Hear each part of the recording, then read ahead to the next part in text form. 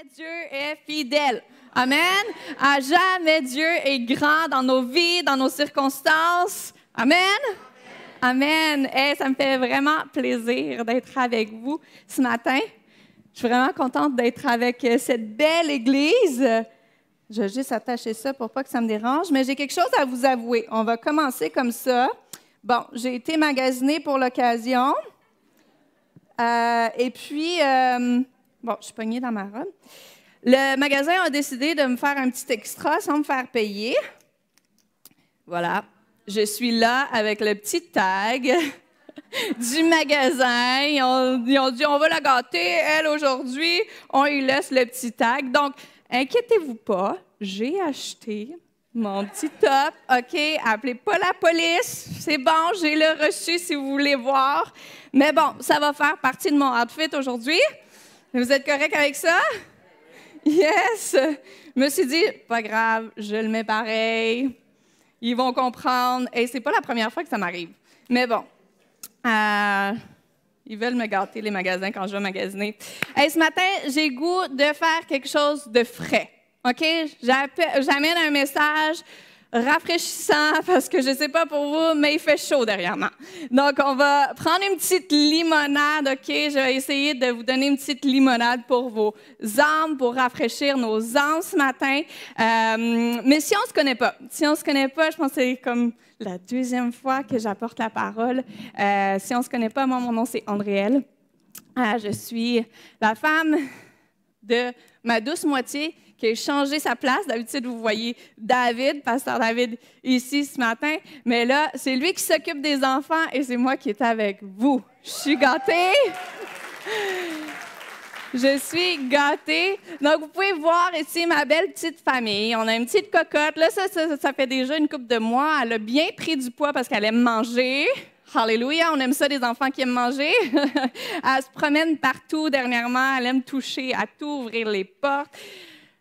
Je cours partout, OK, en ce moment, mais c'est pas grave, c'est le fun. Je découvre la vie avec elle et c'est magnifique de voir la vie à travers ses yeux. Et j'ai mon grand garçon, donc elle, c'est Ella Jane, et j'ai mon grand garçon de 5 ans qui vient juste de graduer de la garderie.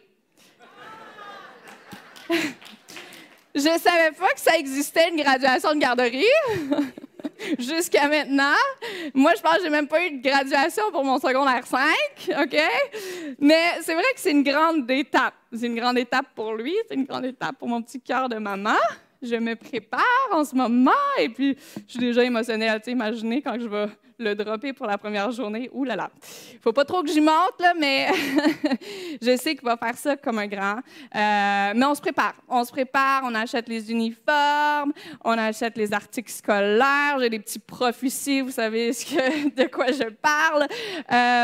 Et aussi les mamans, les papas, c'est ça. On essaye de s'y prendre un peu tôt, mais moi, c'est la première fois. Fait que là, je suis comme...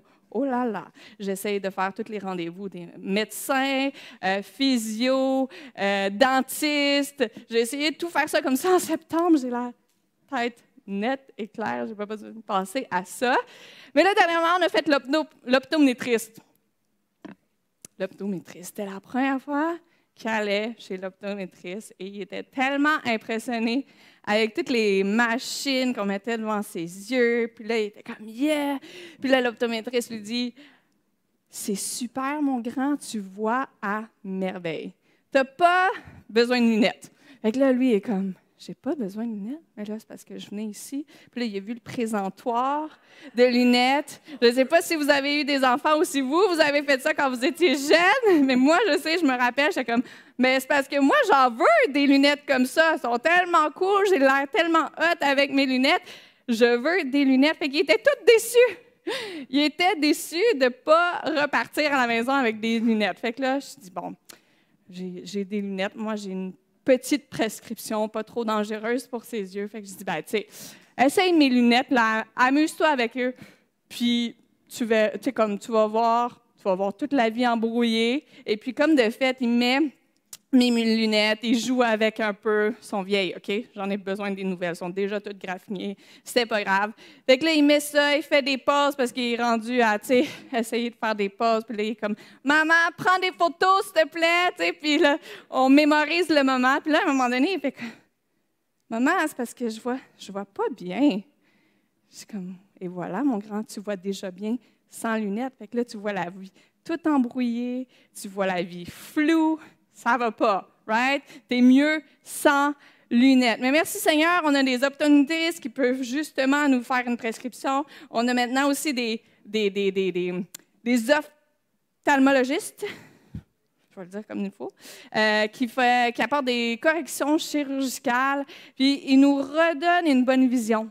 Merci Seigneur pour ça. Il y en a maintenant là, qui n'ont même plus besoin de lunettes parce qu'ils ont eu l'opération. Ils ont même des petits foyers dans leurs yeux, pour ceux qui en ont besoin, alléluia, puis il leur redonne une vision fraîche, une vision parfaite. Et c'est le titre de mon message ce matin, « Vision fraîche ». Une vision fraîche. Ce matin, on n'est pas chez l'optométriste, on n'est pas chez l'ophtalmologue, mais on est à l'Église. Alléluia! On est à l'Église, on a Jésus et je crois sincèrement qu'il veut opérer des choses ce matin. Il veut faire des corrections chirurgicales sur notre vision de la vie, sur notre vision de voir les choses. Il veut nous corriger tout ça pour nous donner une vision fraîche de la vie, une vision fraîche de nos finances, de comment mieux gérer ça, une vision fraîche de notre couple, parce que quand ça fait une couple d'années qu'on est mariés, on a besoin d'une vision fraîche, alléluia. On a besoin de mettre les lunettes de Jésus, de Dieu, une vision fraîche par rapport à notre travail, par rapport à la vie au complet. Mais pour ce faire, qu'est-ce qu'il faut faire? Il faut ouvrir nos cœurs ce matin. Il faut ouvrir nos cœurs, notre esprit, nos pensées. Et pour ce faire, on va prier ce matin avec moi. Seigneur Dieu, merci. Merci pour qui tu es. Merci parce que tu agis encore aujourd'hui. Merci parce que tu veux opérer dans nos vies à partir de maintenant, Seigneur Jésus. Merci parce que tu vas nous donner une vision fraîche aujourd'hui. Je te prie, Seigneur Dieu, que je puisse disparaître de ce stage, mais que ce soit ta parole qui puisse apparaître dans cette place, Seigneur Jésus. Je te remercie parce qu'on va ressortir d'ici avec une nouvelle vision, une vision fraîche dans tous les domaines de nos vies. Et tout le monde dit Amen, Amen, Amen. Donc aujourd'hui, on va voir une histoire d'un aveugle qui va être guéri. Et oui, je vous dis déjà le punch, OK? Mais c'est parce qu'en fait, j'aimerais qu'on se concentre pas juste sur la guérison. Je veux qu'on se concentre sur comment ils sont arrivés à la guérison, sur les clés importantes qu'on va voir dans cette histoire-là pour que nous aussi, on puisse saisir cette vision fraîche pour nos vies. Donc, on va aller voir tout de suite dans Marc 8, 22, qui nous dit « Jésus et ses disciples arrivent à Bethsaïda. Les gens amènent un aveugle et demandent à Jésus de le toucher pour le guérir. Jésus prend l'aveugle par la main et le conduit en dehors du village. Jésus prend l'aveugle par la main et le conduit en dehors du village. Dis à quelqu'un à côté de toi, prends sa main. Prends sa main. Dis ça à ton voisin là, ce matin. Prends sa main et sors du village. Prends sa main et sors du village. C'est mon premier point ce matin. On s'entend que Jésus, on connaît Jésus, pour ceux qui ne connaissent pas Jésus, en fait, Jésus aurait pu le guérir à distance. Hein? Il a déjà fait des miracles à distance dans la parole. On peut voir des miracles à distance. Jésus aurait pu aussi le guérir là, on the spot, directement. Mais il fait sortir du village. Jésus aurait même pu le guérir sans même le savoir. On a la femme à la perte de sang qui touche sa robe. Il n'était même pas au courant. Puis hop, elle a été guérie instantanément. Mais ici, il le fait sortir du village. Il y a une clé ici. Ce qu'il faut comprendre, c'est que Bethsaïda est un endroit qui aimait être diverti. Il aimait la distraction après distraction. Il aimait voir les miracles que Jésus faisait de loin. Il aimait les distractions, mais il ne voulait pas rentrer dans la transformation. Il cherchait distraction après distraction. OK, qu'est-ce qui peut juste me divertir? Qu'est-ce qui peut m'amuser aujourd'hui? Qu'est-ce qui peut juste embrouiller mon cerveau un petit peu pour pas que j'aille à vivre vraiment la transformation? Juste la regarder de loin. Alors, il s'est dit, si je te laisse ici puis je te guéris, ça va pas bien aller. Tu vas retourner vers cette vision-là qui est aveuglée. Alors, viens, je vais te prendre, je vais te sortir du village, je vais te sortir de ce village-là qui est bien dans leur confort et je vais te guérir. Parce qu'en fait, Jésus, là, il ne fait pas les choses à moitié. Alors qu'il veut nous guérir, alors qu'il veut guérir ta vision des choses aujourd'hui, ce qu'il veut faire aussi, c'est te donner des nouveaux horizons.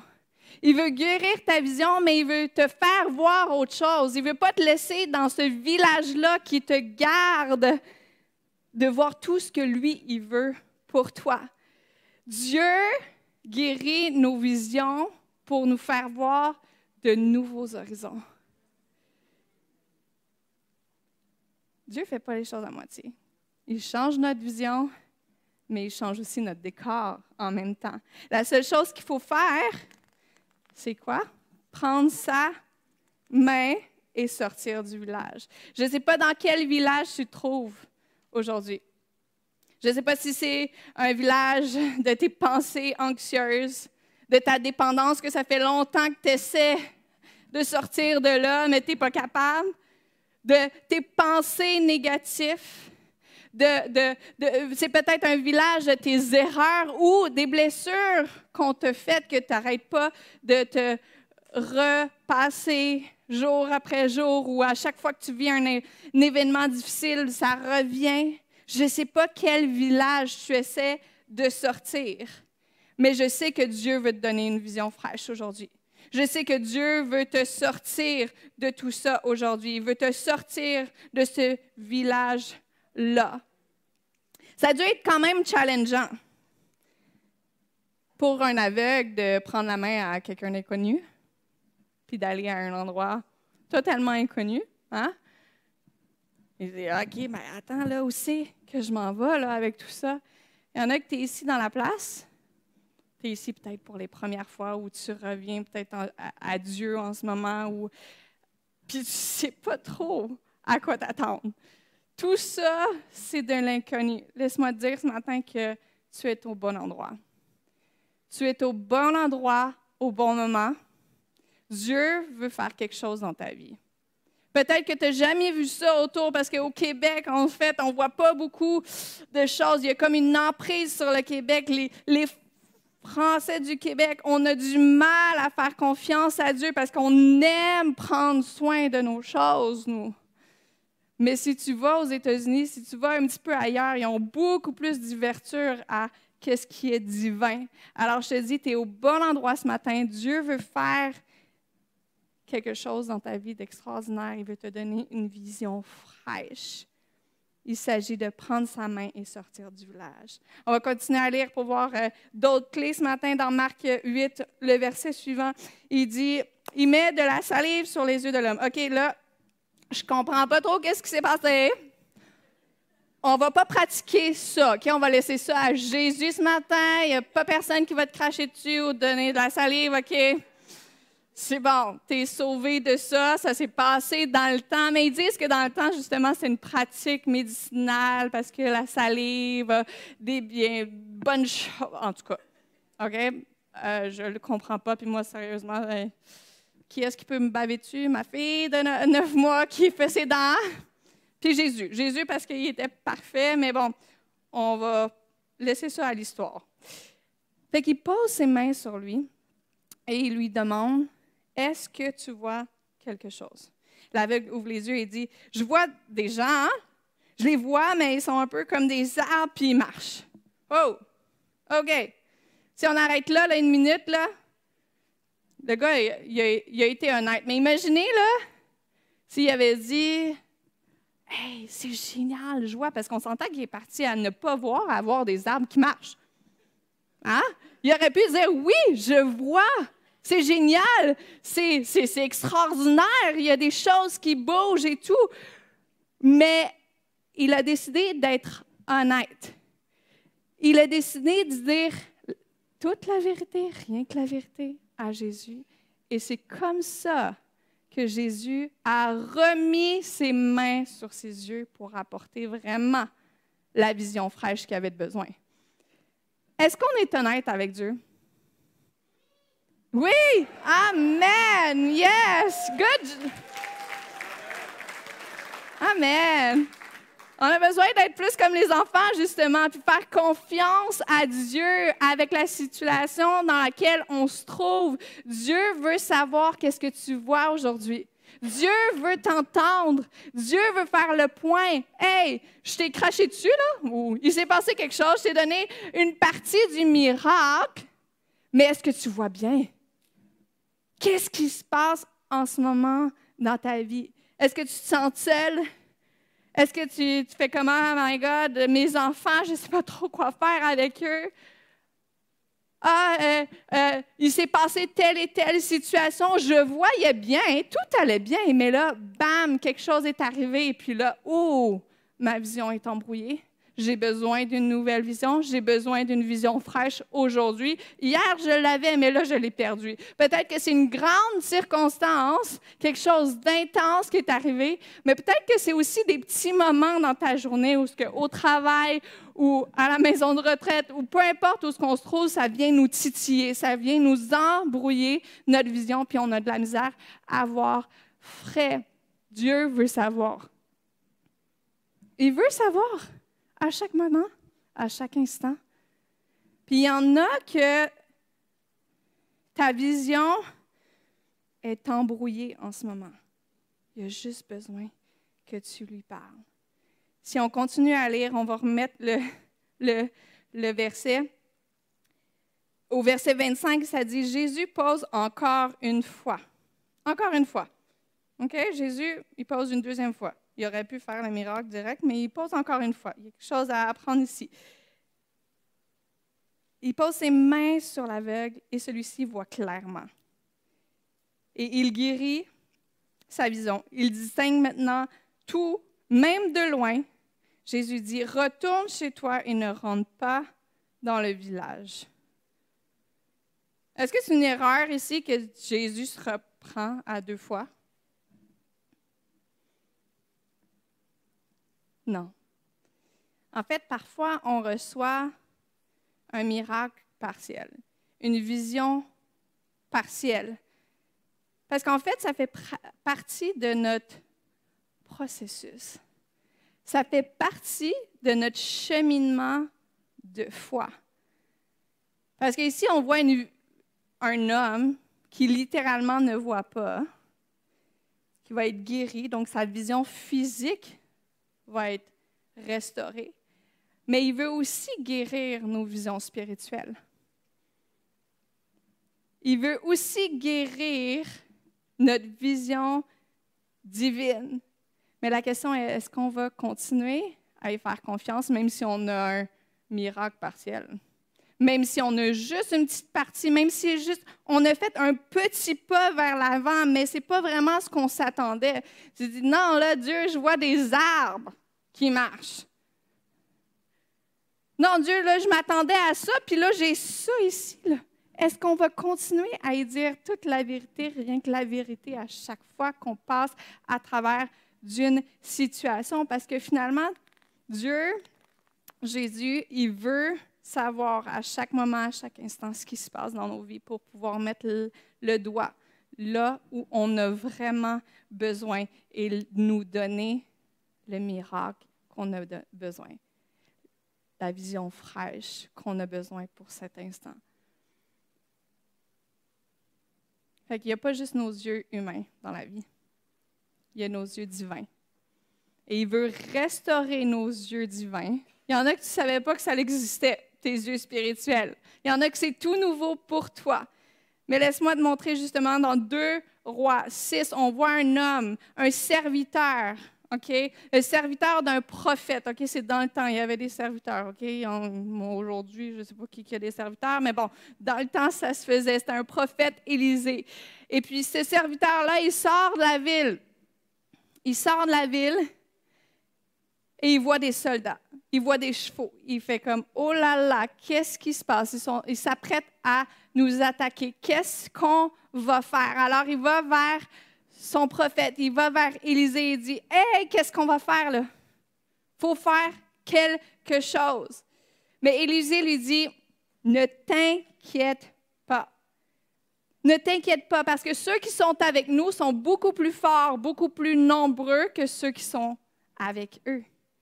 Ensuite, le prophète Élisée, il prie. Le verset 17, on voit.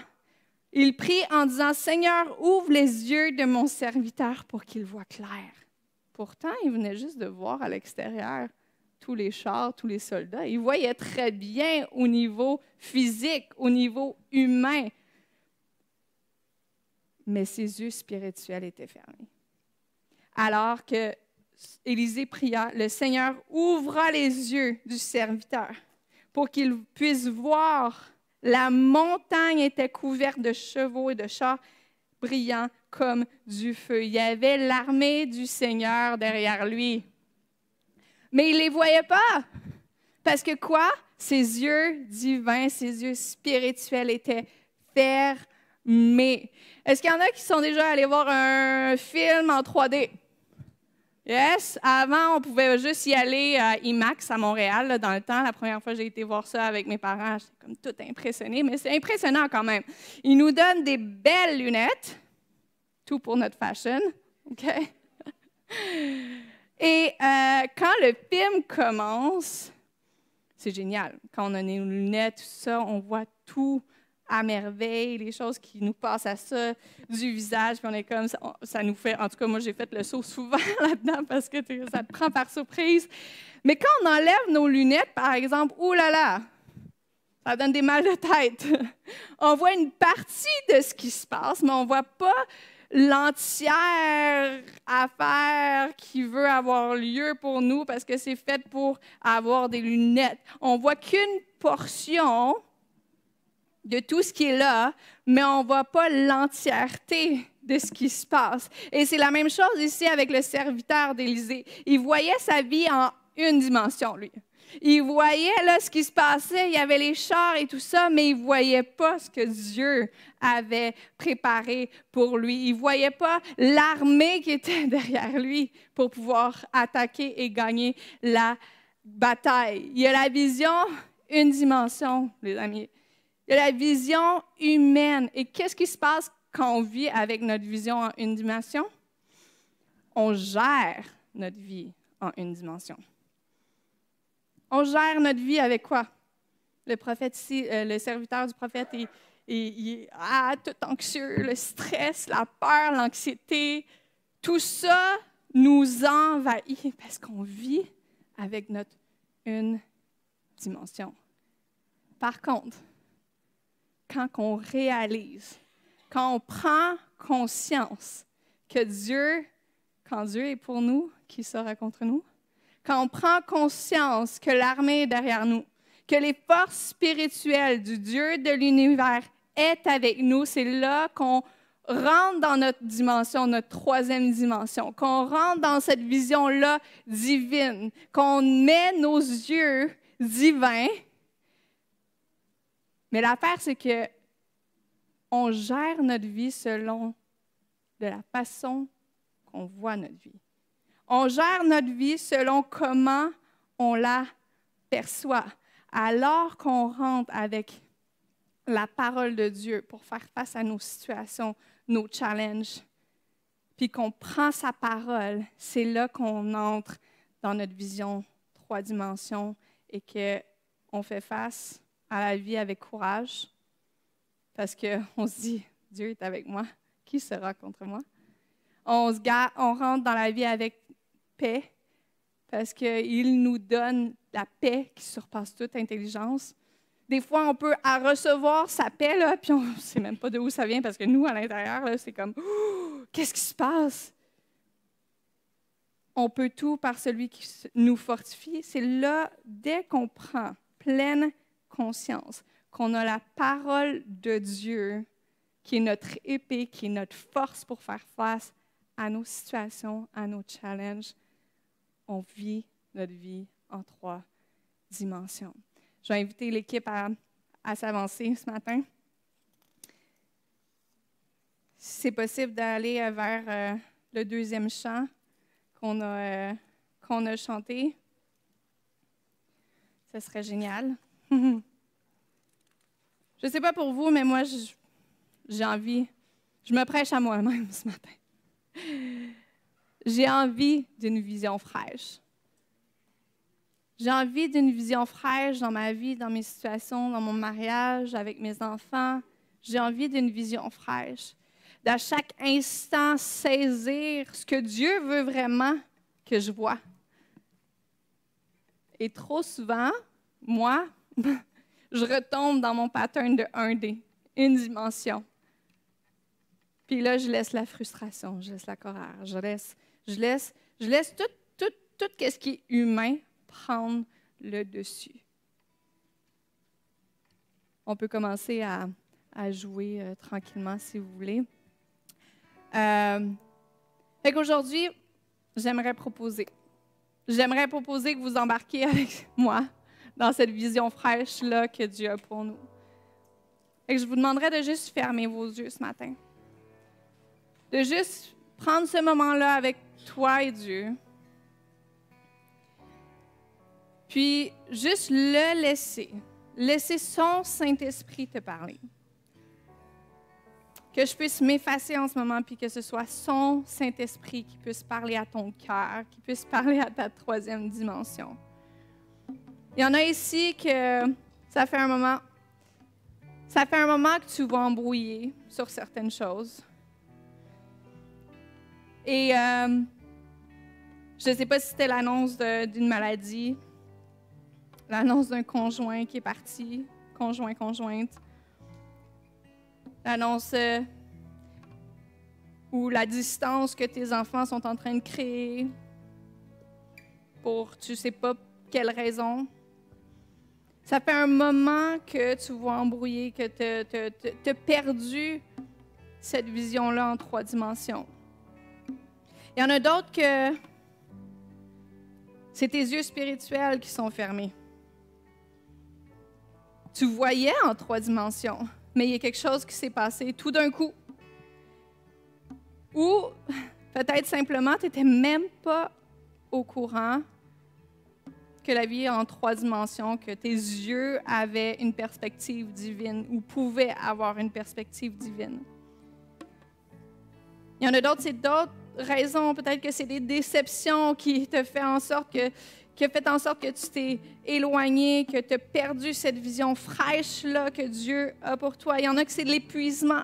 Tu es tanné de toujours devoir prier pour les mêmes choses et voir seulement des petites choses arriver. Tu es tanné, tu n'as plus envie de lui faire confiance et de lui dire toute la vérité parce que tu dis « Ah, ça sert à quoi? » Il y en a que c'est l'orgueil. L'orgueil te garde de sa vision fraîche. Te garde de la vision en 3 dimensions parce que tu veux tout faire par toi-même. Tu as un système en place et tout a de l'air parfait. Mais laisse-moi te dire qu'aujourd'hui, Dieu veut te faire vivre plus grand. Dieu, peu importe c'est quoi ta situation, Dieu veut te donner une vision fraîche en 3 dimensions. Alors, si c'est toi ce matin, je vais te demander de faire quelque chose. Entre toi et Dieu, si tu as envie d'une vision fraîche pour ta vie, j'aimerais prier pour toi. J'aimerais qu'on prie ensemble et qu'on saisisse ensemble cette vision fraîche en 3 dimensions. Alors, je te demanderais de lever ta main ce matin. De lever ta main devant Dieu, de lever ta main devant lui qui connaît tout, lui qui veut connaître ton cœur, lui qui veut agir en toi. Oui, je vois tes mains, je vois tes mains, je vois ta main, je vois vos mains se lever ici dans la place. Alléluia, Jesus. Dieu peut faire des miracles encore aujourd'hui. Il peut le faire physiquement et il peut le faire aussi spirituellement, émotionnellement. Alors laissez-moi prier. On va prier ensemble, Seigneur Jésus. Gloire à toi, Jésus, parce que tu es vrai. Parce que tu es puissant, parce que tu as une armée déjà là qui est derrière nous pour attaquer à chaque fois qu'il se passe une situation que nous, on n'a pas la réponse. Seigneur Dieu, merci parce que tu nous donnes le courage. Merci, Seigneur Dieu, parce que tu changes notre perception. Tu nous donnes une vision fraîche à partir d'aujourd'hui. Tu nous donnes une nouvelle vision, malgré le fait que nos situations n'ont peut-être pas changé. Malgré le fait qu'on va faire face à lundi demain matin et on va faire face aux mêmes situations, les mêmes circonstances, mais notre vision, Seigneur Jésus, va être fraîche. Merci Jésus de donner une vision fraîche sur la vie, sur nos situations et de nous libérer de ce village. Nous libérer du village de stress, nous libérer du village de la peur, de la comparaison, de la frustration, Seigneur Jésus, à partir d'aujourd'hui, à chaque fois qu'on va aller vers toi, qu'on va te prier, on va te demander, Seigneur Dieu, d'agir et de nous donner cette vision fraîche que tu as pour nos vies. Donc, je déclare 2 Corinthiens 3,16 sur chacune de nos vies.